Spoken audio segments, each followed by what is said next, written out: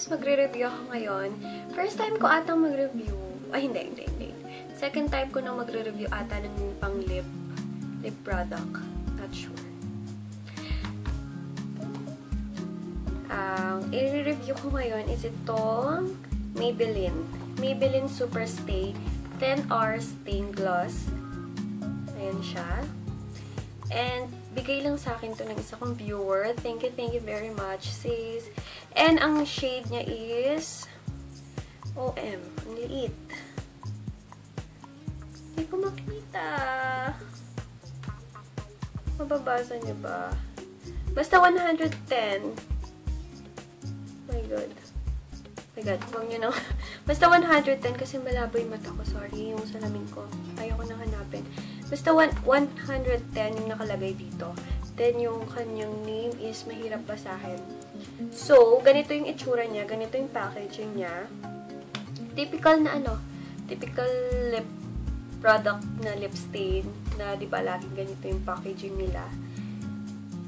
So, ganito din yung parang brush. Ganito. Hindi ko alam kung anong tawag dito eh. Pero, mas gusto ko yung ganito kasi parang nasi-shape niyang maigi sa lips niyo yung product. Kesa yung yung simple lang na pag ganon. Mas gusto ko yung ganitong brush. So, may pagka-fuchsia siya. Ito na naman ako. Fuchsia. Ganito yung color niya. Yan. Fuchsia. So, apply na natin para makita niyo yung effect.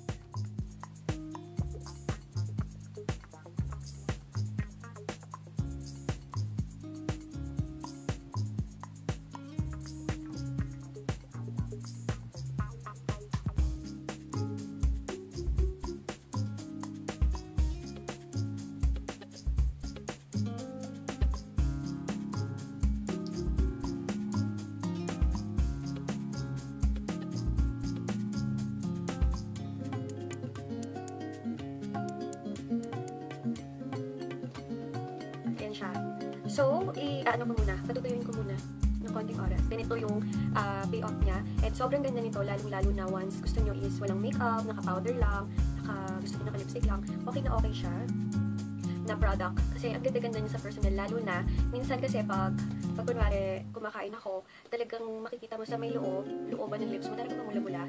Okay, sabi dito, 10 hours. So, titingnan natin, or papakita ko sa inyo kung aabot ba talaga siya ng 10 hours. Kakain ako, syempre, hanggang mamaya, may merienda, or, syempre, diba, hindi mo maiwasan na mapapaganon ka sa labi mo, or sa dila mo. So, titingnan natin, or i-update ko kayo once, progress sa aking lip.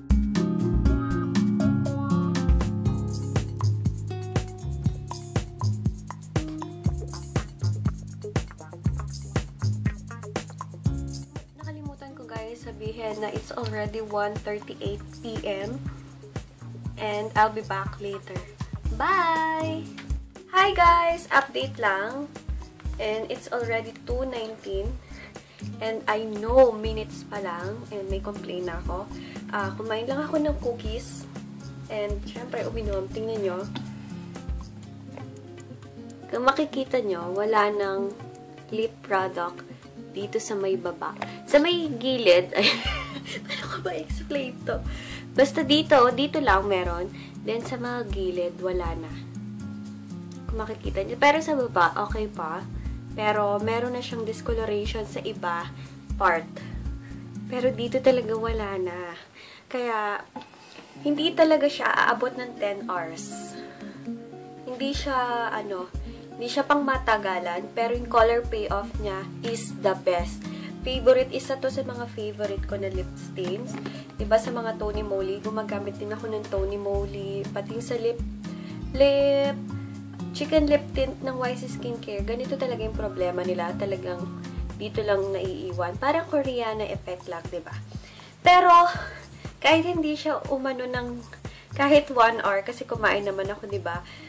Hindi siya tumagal kahit ng 1 hour. Pero meron pa rin product, pero hindi pa siya yung puno talaga. Dito na lang, tapos dito wala na. So, ang mapapayo ko sa inyo, okay lang naman mag-apply na lang ulit kayo once na bura kasi ako okay siya sa akin. Kahit hindi siya hanggang 10 hours, mas maganda yung color payoff niya. Mas gusto ko yun. And favorite ko to. Alam niyo naman na lagi ko tong gamit, diba? Kahit hindi siya pang matagalan. Pero yung color payoff niya is the best. Paulit-ulit ako. Pero the best talaga. Binigyan ako ni sis Anne